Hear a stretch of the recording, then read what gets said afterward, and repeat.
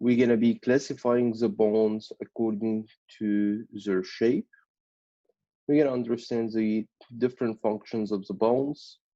We're gonna define the bone structures, texture, and markings. We will discuss the cells of the bone.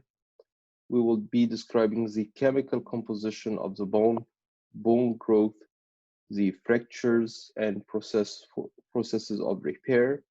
We can understand some homeostatic imbalances related to the bones, and this includes the bone fractures.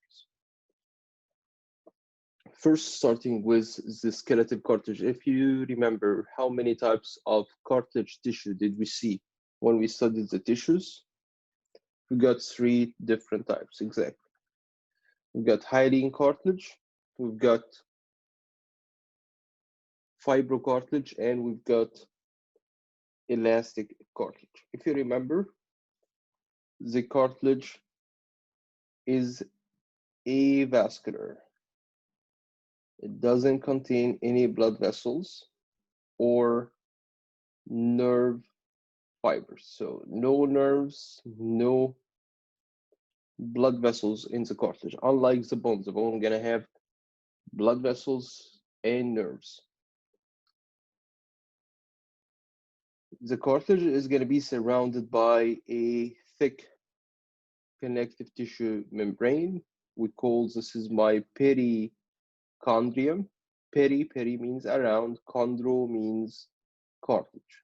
So the perichondrium is going to be the membrane that would be surrounding my cartilage. And this is where I have got my blood vessels that would be supplying the cartilage with the nutrients, with the oxygen for the cartilage to survive.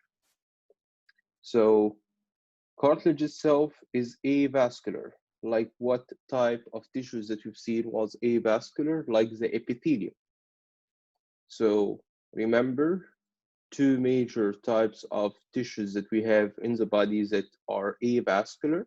Those are epithelium and the cartilage. You remember the distribution of the different types of cartilage. We've got the hyaline cartilage that was present in the nose, nasal cartilage. We've got hyaline cartilage that is present in the respiratory tract, including the larynx, the trachea rings, the rings of the trachea. We've got hyaline cartilage attaching the ribs to the sternum. Those are what we call the costal cartilages. And remember, the hyaline cartilage was covering the articular surfaces of the articulating bones in the synovial joints. So all the articulating bones that have space in between, a shallow space in between them, their articular surfaces are covered with hyaline cartilage. And as we're going to discuss later on with the joints, this will allow the facilitation of the joint movement. To cover those articular surfaces with hyaline cartilage will allow the facilitation of the joint movements. The other type of cartilage that we've seen was the elastic cartilage. And if you remember, the elastic cartilage was located in the ear pinna, external ear, and the other location was in my epiglottis. And if you remember, the epiglottis is a flexible cartilage that is located above the larynx. It's located above the larynx, and it allows you to prevent the passage of fluid and food into your airways. So when you swallow, what happens? The larynx is going to be moving up, meeting with the epiglottis that kinks down. By this, I would be able to close my airways, preventing the passage of fluids and food into my airways. A third type of cartilage was my fibrocartilage. And if you remember, fibrocartilage did allow you to absorb compressive shock. So I did have the fibrocartilage in my intervertebral discs as well as in the knee. Those are the menisci of the knee. Those are capable to absorb compressive shock. Another locations that we didn't mention back in the tissues was the attachment here between those two pubic bones of the coxal bone. So this is called my pubic bone. And the pubic bone is one of the three bones that will form my coxal bone. The two pubic bones on here are attached together by fibrocartilage, and this fibrocartilage attaching the two bones will form a joint that we call the pubic symphysis or the symphysis pubis. So the joint on here between the two pubic bones attached by fibrocartilage is going to be my pubic symphysis. Moving on to the bones of the skeleton, we classify the bones into two main groups by location. First, I have the axial skeleton, and this includes the skull, the vertebrae of the vertebral column, and the thoracic cage. This is my axial skeleton. Appendicular skeleton is going to be formed by the bones of both the upper and lower limbs. So again, we subdivided the skeleton into two main groups. We have the axial skeleton and the appendicular skeleton. We classify the bones by shape into four main groups. First type, according to the shape, is going to be long bones. And by definition, long bones are longer than they are wide. So the length of the bone is greater than the width of the bone. Yeah, shoulder blades are part of the appendicular skeleton. Shoulder blades, see on here, shoulder blades are part of my appendicular skeleton. So if we're looking closer, the bones of the appendicular skeleton gonna include the clavicle, the scapula or the shoulder blade, the humerus, the bone of the arm, the two bones of the forearm, those are my radius and ulna, the carpal bones, metacarpal bones, and the phalanges. Compared to the lower limb, which is also going to be part of the appendicular skeleton, you've got the coxal bone, the femur, the joint, the bone of the thigh, the patella or the kneecap on here, the bones of the leg. This includes the tibia and fibula,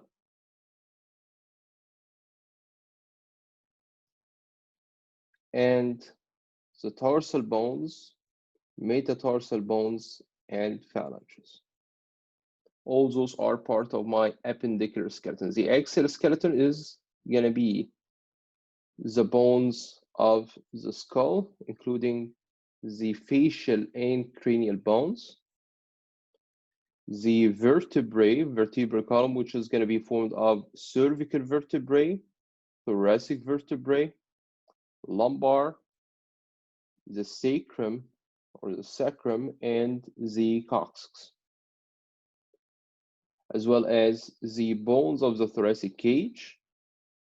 This includes the middle bone of the chest on here. This is going to be my sternum, and the ribs that are attached or not to the sternum. All right, because we've got some ribs are attached to the sternum and others which are not. So this is the classification here of the skeleton again, axial and appendicular skeletons.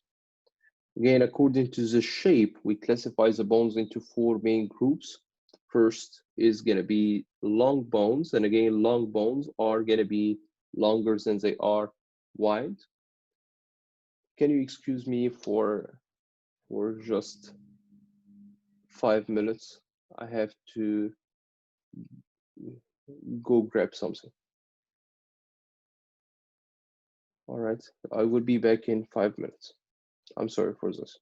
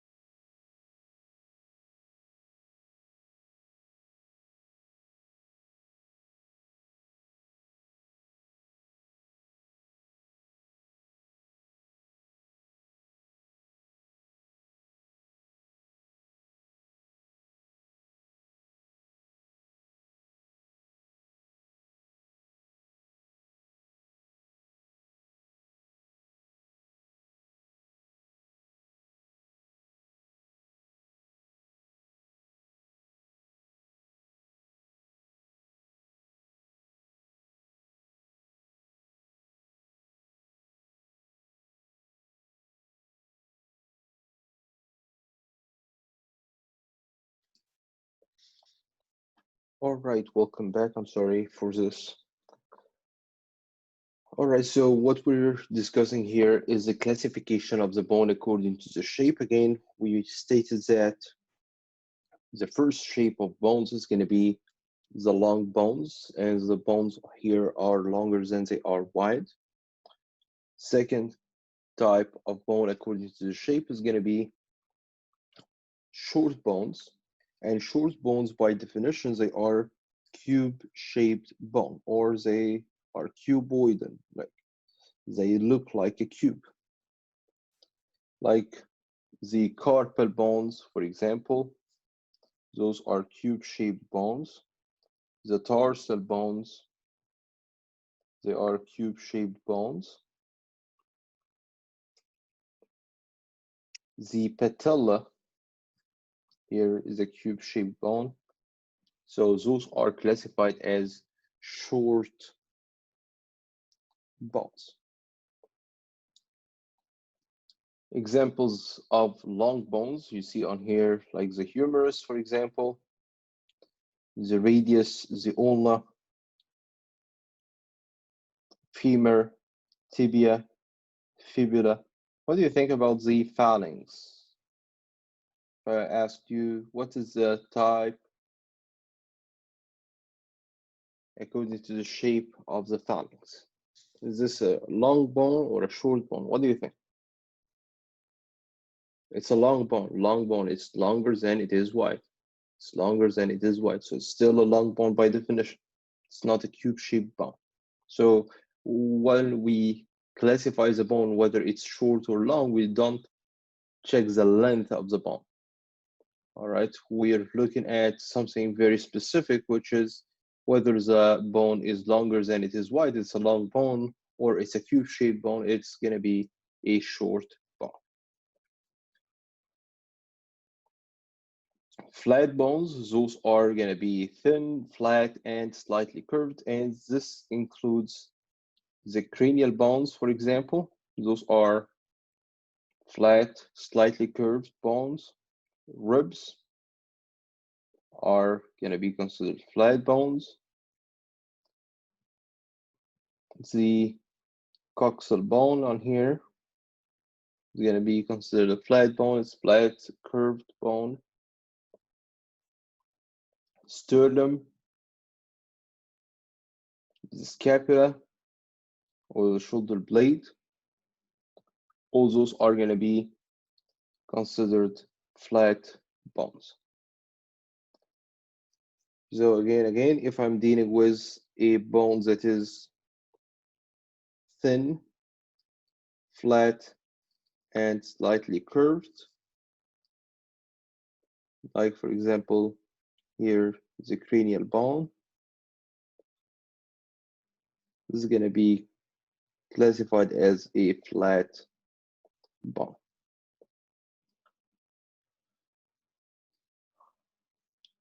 What if I'm dealing with something that is not longer than it is wide?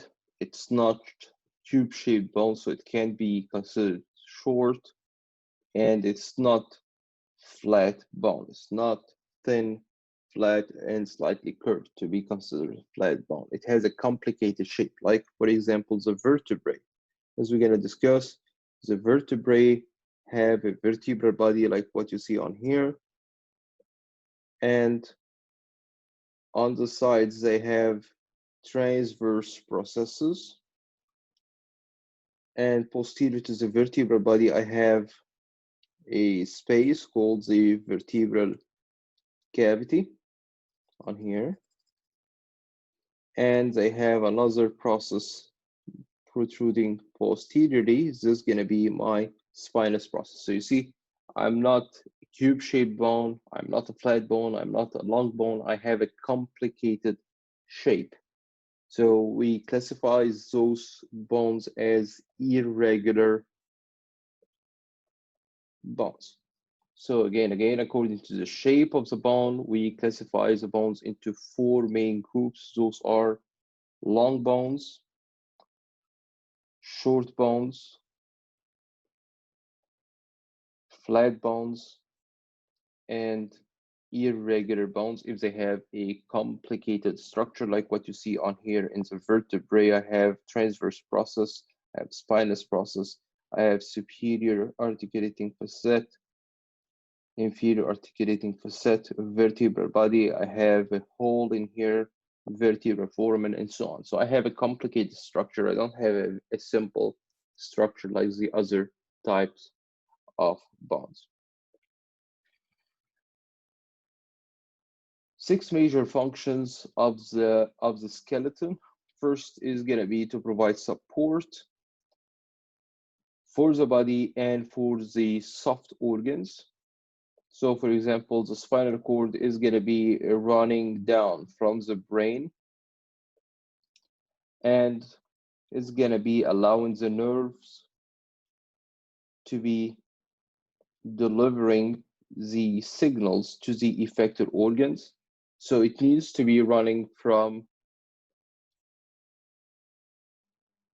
up to down in order for it to conduct its function. So it can be running like this without having any kind of support. So the spinal cord is going to be supported by the presence of the vertebrae that will be surrounding it like this.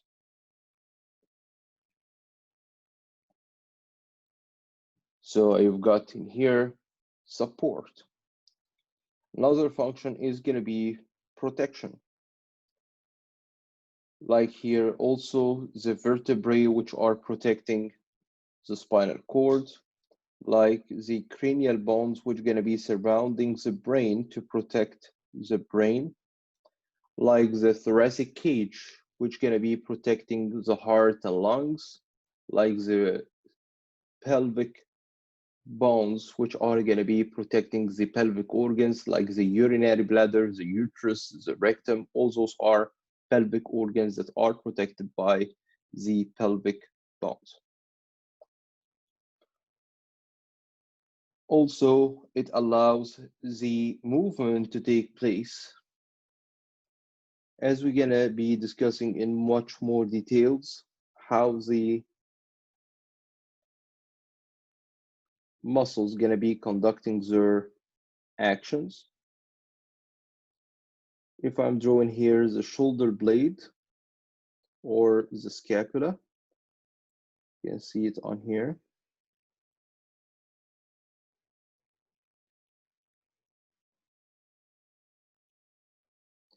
And this is going to be the humerus, the bone of the arm.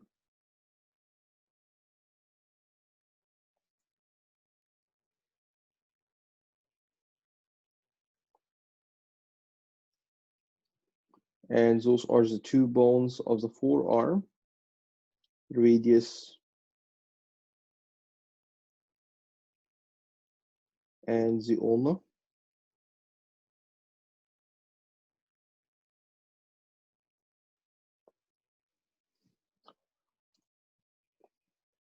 We're drawing now the biceps brachii.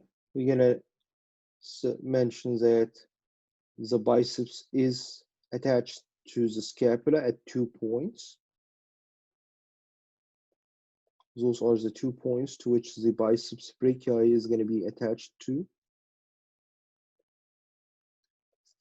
in the scapula. And it's going to go down to be inserted in this point on the radius. What is a muscle contraction?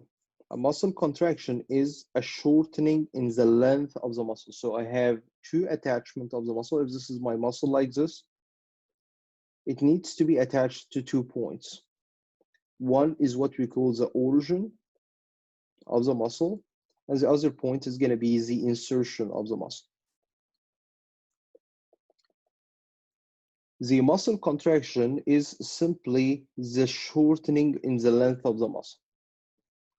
And the shortening of the length of the muscle here is what allows the muscle to drag one point to move towards the other point.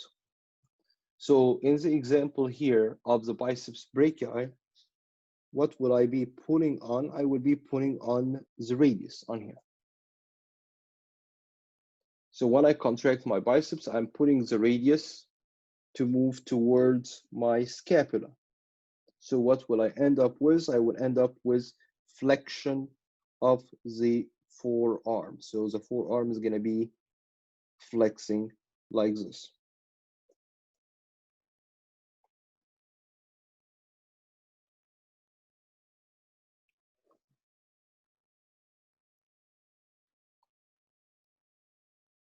Reducing the angle of the joint.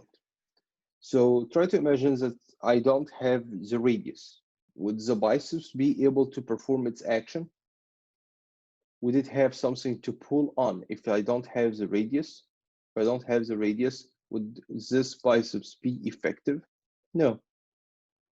So without having bones, the muscles will have no levers for them to allow the movement. So I can perform movement if I don't have muscles, but also I can't perform the movement if I don't have bones on which the muscle is going to be pulling on. All right, so I can't perform an action without the muscle being attached to the bone. All right, so here skeleton is going to be performing an important role in terms of body movement. Another function for the bones would be storage. The bones are like a bank for minerals. And the most important minerals for us that we store in the bones are going to be the calcium and the phosphorus. Why is it so important to have stores of calcium in the bone? Because calcium is essential for vital activities, like, for example, the blood coagulation.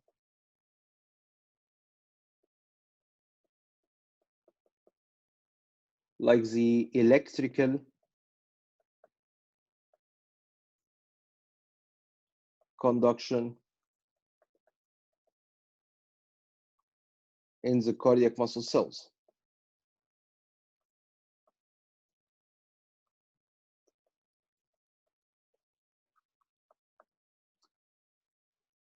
Normal electrical signals that are traveling in my nervous system. So all those are going to be essential functions for the calcium. A disturbance in my blood calcium level, if I have a decline in my blood calcium,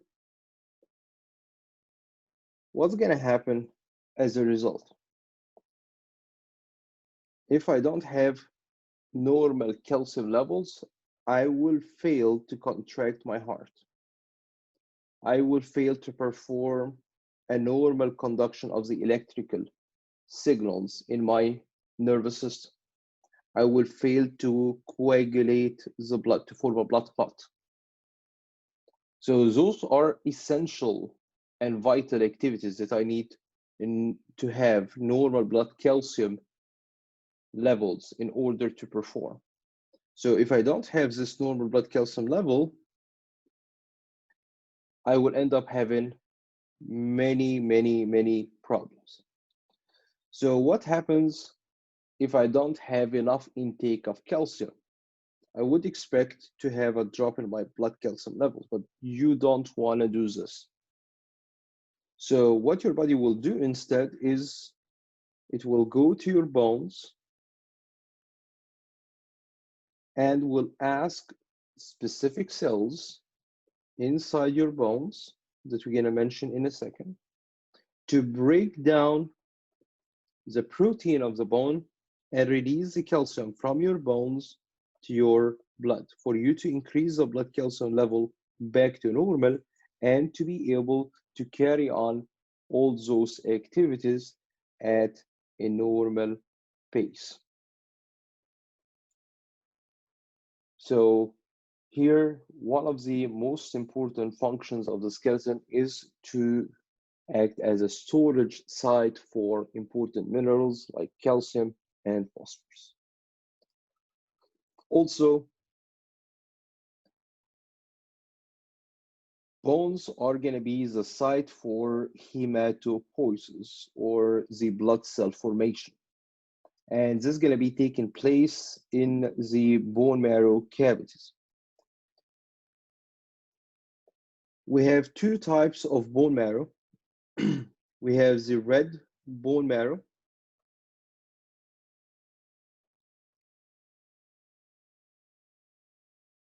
and we have the yellow bone marrow.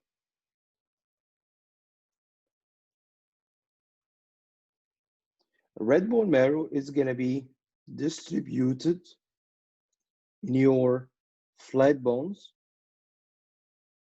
It's going to be present in the flat bones. And the proximal bulging sites of your long bones. Compared to the yellow bone marrow, it's going to be present in the shaft of your long bones. The red bone marrow is going to be responsible for the blood cell formation. This is where you're going to be forming the red blood cells, white blood cells, and platelets. Those are the blood formed elements that circulate within your blood. Compared to the yellow bone marrow is just fat, like the adipose tissue. It's a stored fat, stored energy in the form of triglycerides inside your medullary cavity of the shaft of your long bones. So you see on here two functions of your bones. First function is going to be blood cell formation, and again, this is going to be taken care of by the red bone marrow compared to triglycerides are going to be the storage form of energy, and those are going to be located in the shaft of long bones.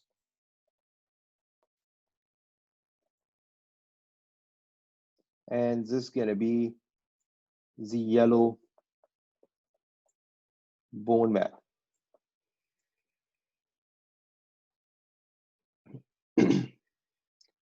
As we're going to see, the bone's going to have bulges, depressions, holes,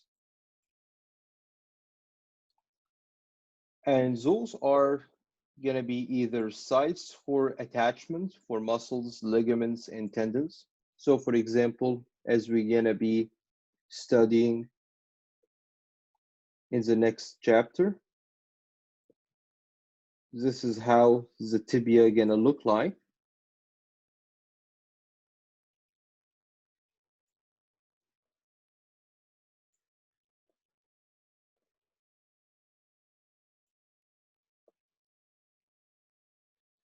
You will see you have two concave surfaces. Those are sites for articulation. They are joint surfaces to which the convex parts here of the femur are going to be articulating with. So we're looking here at the knee joint. So you have two convex parts in the femur and two concave parts on the tibia. Again, here we're looking at the knee joint.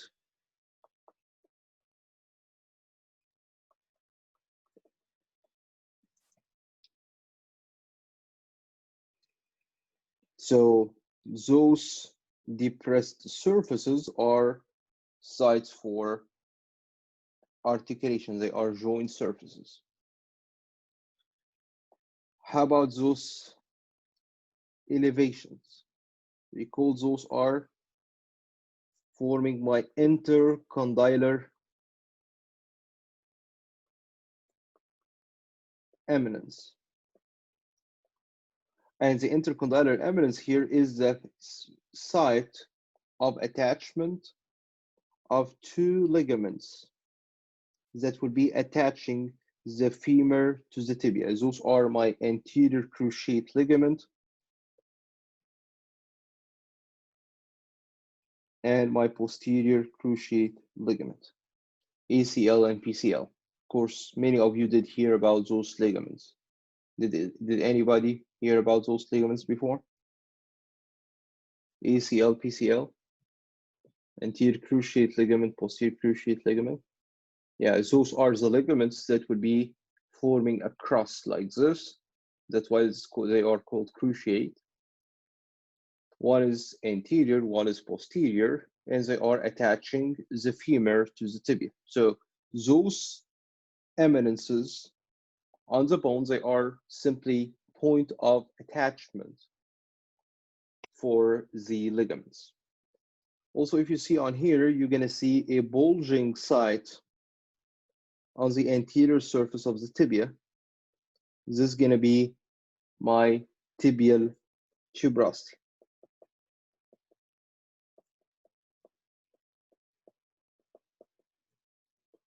And the tibial tuberosity is going to serve as a site of attachment for the tendon of a muscle that is traveling down from the thigh, which is my quadriceps femoris. So the quadriceps femoris is the large muscle located in your thigh. It gets inserted down in here by the patellar ligament into the tibial tuberosity. So I have this elevation, this eminence, this bulging part in the bone because I serve as a site for attachment. It might be a conduit for blood vessels and nerves, as we're going to see, for example, when we study the mandible. This is how the mandible going to look like.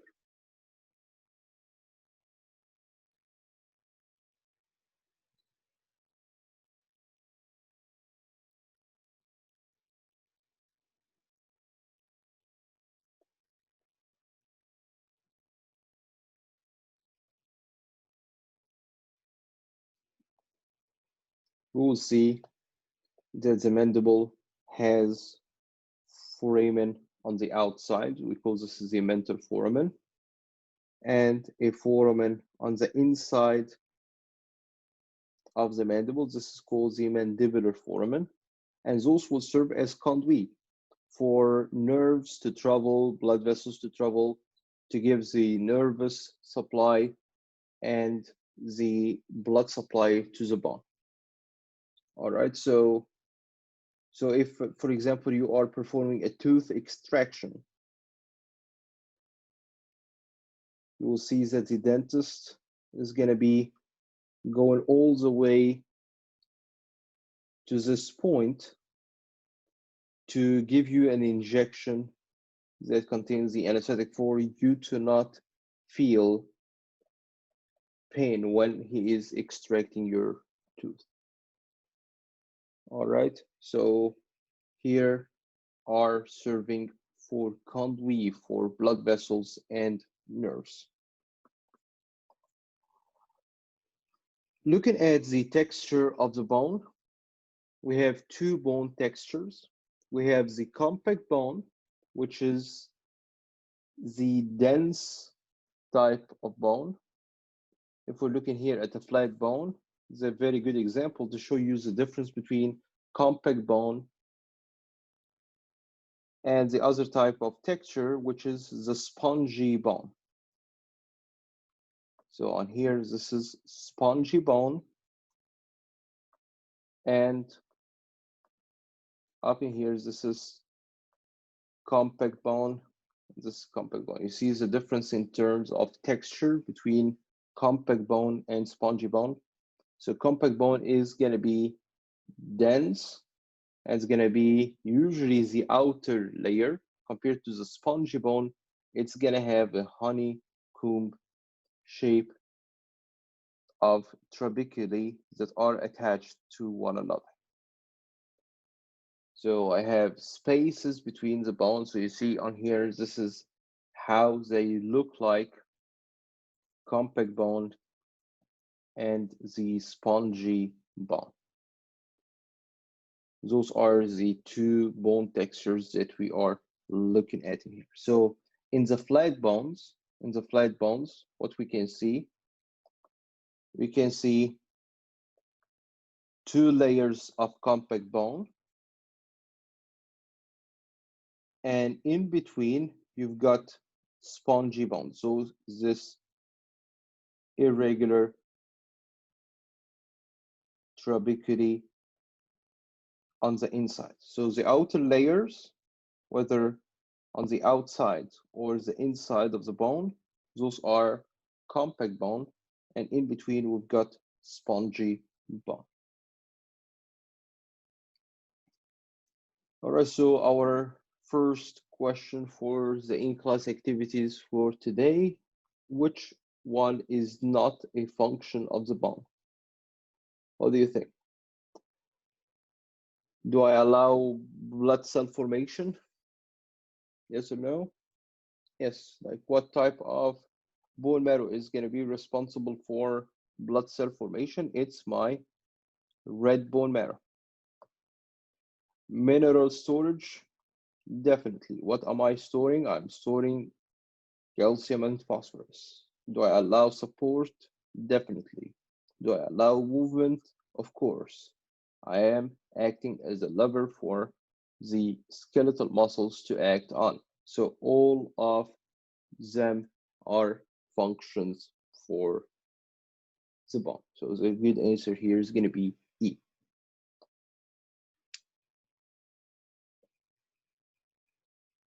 Moving on to structures of long bone. The long bone, if you remember by definition, it's longer than it is wide. Any long bone gonna have two bulging ends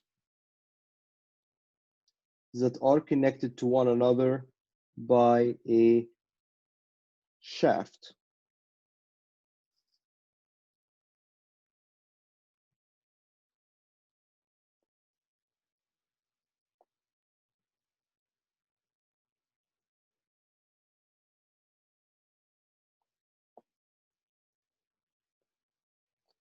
I have the bulging ends here of the bone.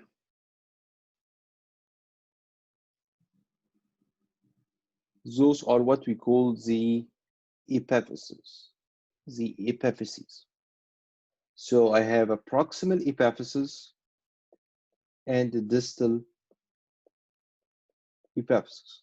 The shaft connecting them together, this is what we call the diaphysis. So again, any long bone is going to be formed of proximal epiphysis, distal epiphysis, and connecting them together, we've got the diaphysis. If we're looking at the internal structure of the epiphyses, we've got spongy bone on the inside, and to the outside of it, we have a layer of compact bone.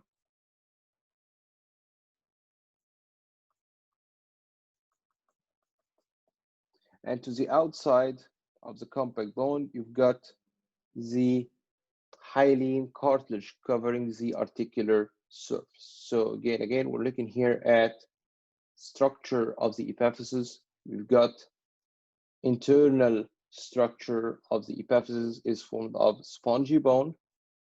To the outside of it, we've got a layer of compact bone covered with hyaline cartilage covering the articular surface. Looking closer to the structure of the shaft or the diaphysis, you can see that the shaft is going to only be formed of compact bone, and to the inside of the compact bone, I have a cavity. This is what we call the medullary cavity. The outside is going to be covered with a membrane. We call it the periosteum.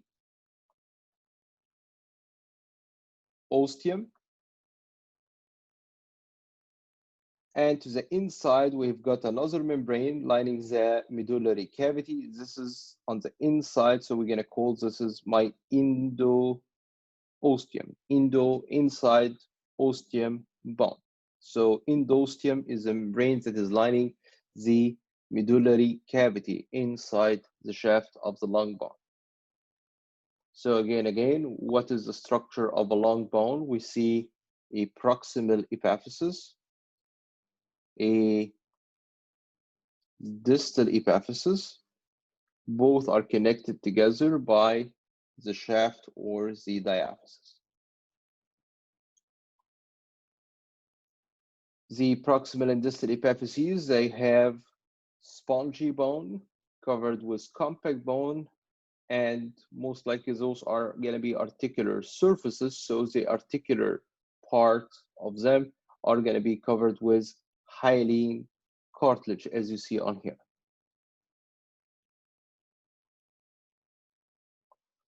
On the other hand, my diaphysis, the diaphysis is going to be formed only by compact bone. I don't have much spongy bone. And to the inside of the compact bone, we have the medullary cavity. And this is where I keep the yellow bone marrow, as you see on here. As we mentioned earlier, the yellow bone marrow is going to be present in the shaft of the long bone. So what you see on here inside the medullary cavity is simply the yellow bone marrow. Questions?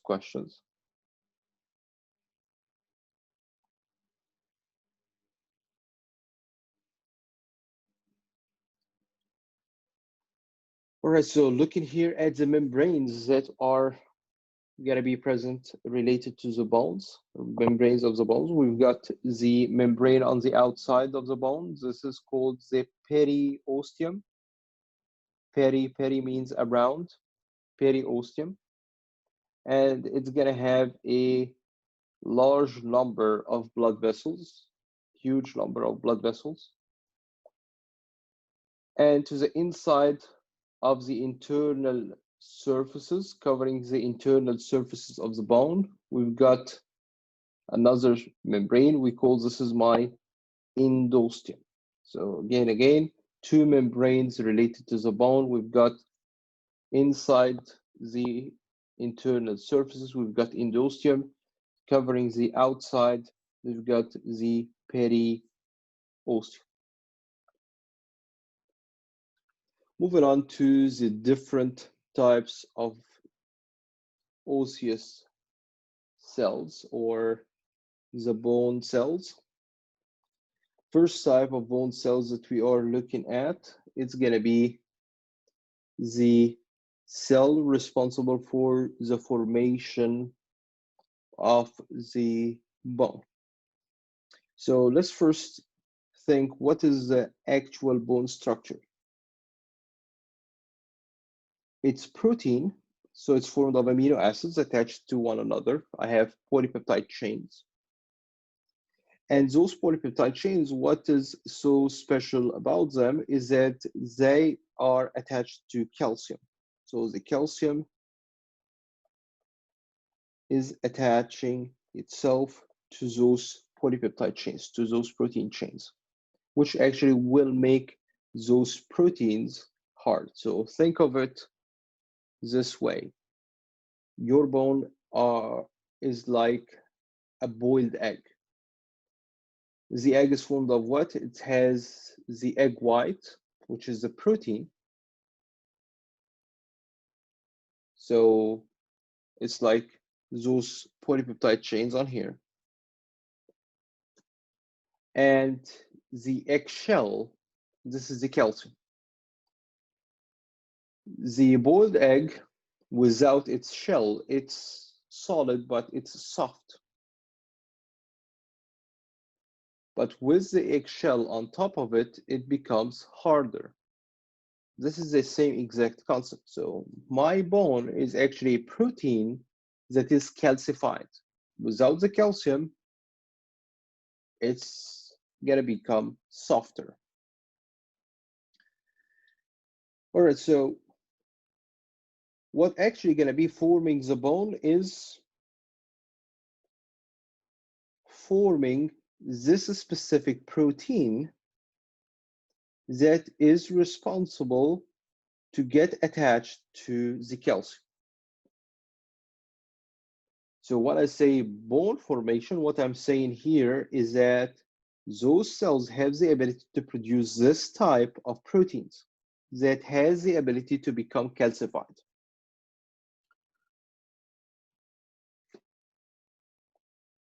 So I've got a cell on here that's going to be responsible for the production of this protein. We call this is my osteoblast.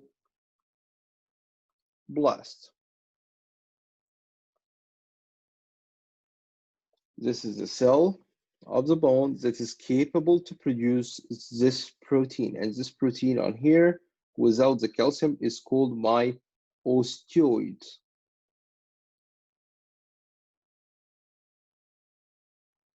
But where the osteoblasts are coming from? Osteoblasts are coming from a stem cell. We call the stem cell osteogenic cell.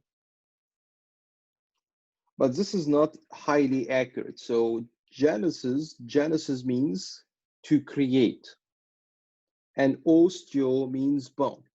So this is a cell that would be creating the bone, but actually it's not the one that creates the bone. The one that creates the bone is the osteoblast. So a more accurate name for this cell, it's gonna be osteoprogenitor.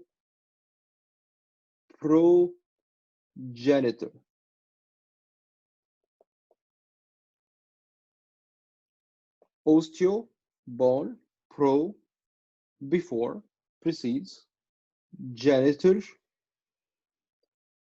the one responsible for the genesis. So this is the one responsible for the bone formation, for the genesis. This is the one that comes before the genitor. Or in other words, the stem cell that will be differentiated into the bone producing cells. All right, but for abbreviation, for us to use the more simple name, we use osteogenic cells. This is the most common name that we're going to be using to describe the cell. But actually, it's not the cell that produces the bone tissue. It's the cell that produces the cells that produces the bone tissue. It's osteoprogenitor. It's not the osteogenitor or osteogenic. All right, so osteoprogenitor is a cell that will differentiate to form the osteogenic cell. Is this clear? Is this clear?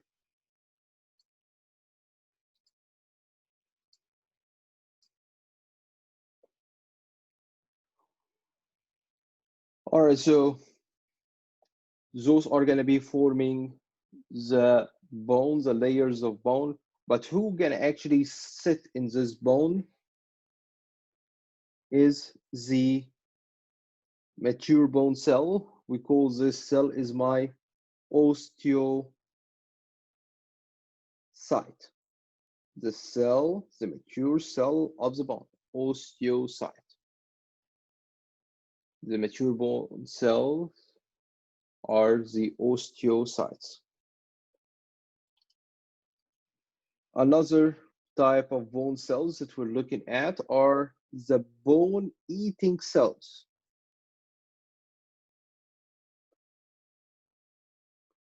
Those are multi-nucleated cells. They have a brush border. They can produce enzymes.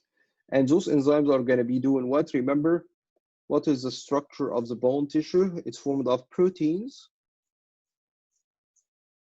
And attached to the protein, you've got calcium. Remember when we discussed the lysosomes in chapter 3? We mentioned that one of the functions of the lysosomes will be to break down the bone. And those are the actual cells that contain the hydrolytic enzymes in their lysosomes to break down, to digest this protein. And when I digest this protein, what's going to happen? I will simply be able to move the attached calcium from the bone to my blood. We call those cells are my osteoclasts.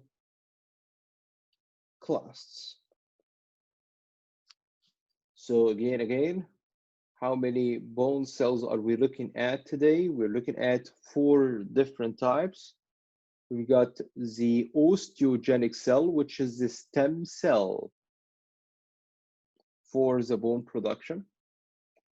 We've got the cell responsible for the formation of the proteins that will become calcified. This is my osteoblast.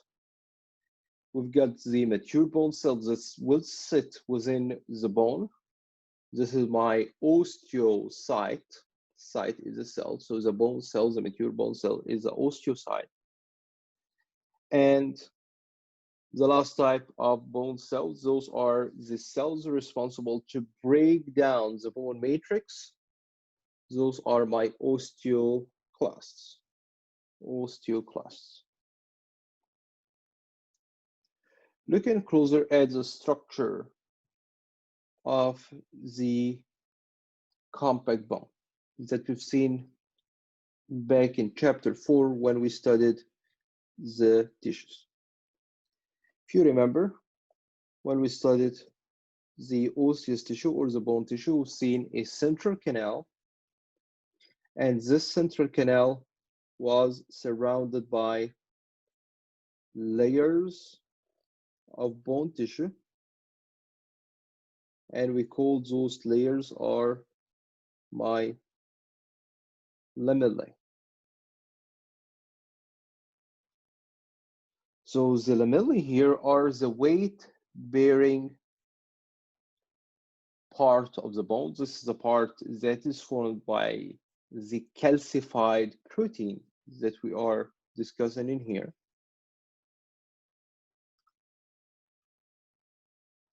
They are forming a column-like matrix tubes. Again, those are surrounding a canal. We call this is the central canal.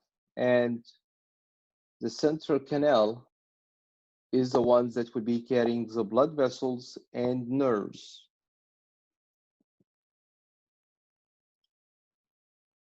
Those lamellae are gonna have tiny little spaces where we're gonna keep the mature bone cells. Can you remind me what did we call the mature bone cells?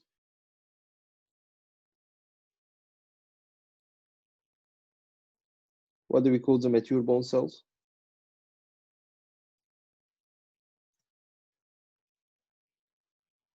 Osteocytes. So we got those tiny spaces called the lacunae, if you remember. And inside the lacunae, we've got the mature bone cells or my osteocytes.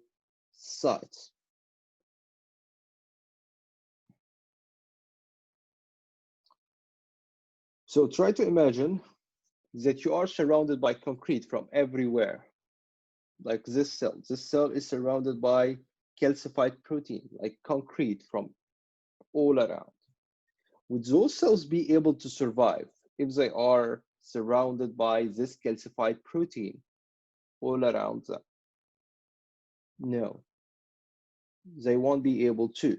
So this raises the need of having tiny canals that will be connecting them to one another. Those are called my canaliculi. And other canals that will be connecting them to the outside and the inside, where you've got the blood vessels. Remember, on the outside of the bone, you've got a membrane that contains blood vessels. We call this membrane is my periosteum. And remember, the internal surfaces are going to be aligned by endosteum. And remember, where you got your blood vessels traveling, you get them traveling within your central canal. So you've got canals which are directly connecting you to the outside and inside. So you see on here, those canals are the perforating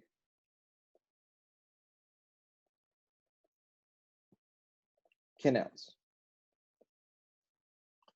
Perforating canals are going to be at right angles to the central canal. They will be connecting the blood vessels and nerves from the periosteum to the central canal of this structure. What do we call this whole structure that we can see? Those building blocks of the compact bone, we call this is an osteon. So the building block, see on here, compact bone is formed of multiple osteons. Each of them gonna have a central canal where you've got your blood vessels and nerves, and it's gonna be surrounded by layers of weight-bearing protein. Those are the lamellae. And embedded between the lamellae, we've got those spaces that contain the mature bone cells. Those are my osteocytes in lacunae. And remember, you got canals that will be connecting you to the periosteum. Those are perforating the whole bone, so we're gonna call them perforating canals. And you've got those very tiny hair-like canals that will be connecting the osteocytes to one another. We call those are my canaliculi. Canaliculi. Questions? So again, what is the name of the building block of the compact bone? What is the name of it? It's my osteon. Osteon. All right, so please mark this down. So we've completed just one question so far for the in-class activity. So please name the different parts that would be marked here for you. This is gonna be part of your in-class activities for today.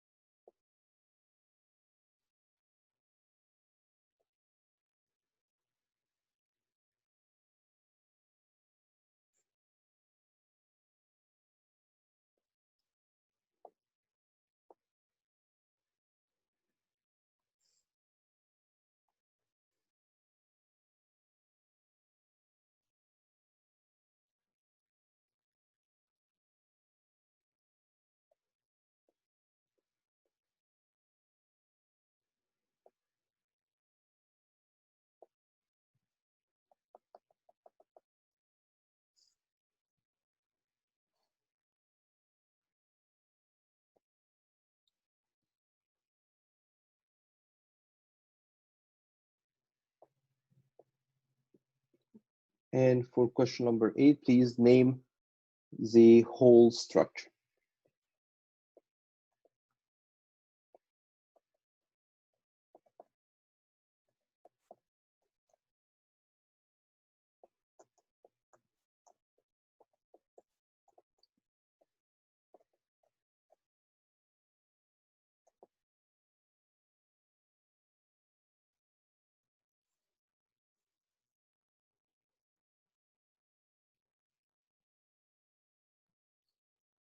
All right, so please complete this as part of your in-class activity.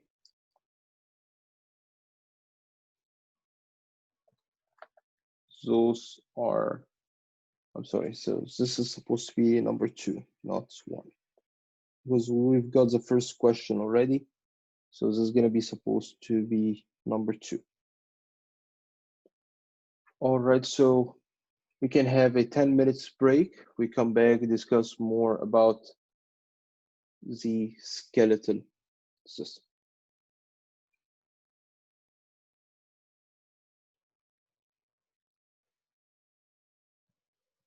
Now you see on here, the red part on here, the red part is the space around the osteocyte.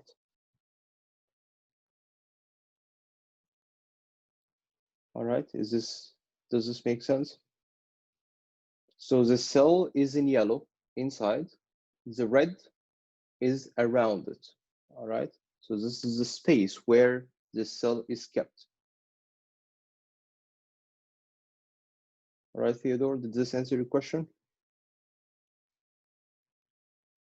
All right. So we can have a 10 minutes break. We come back, discuss more about the skeleton.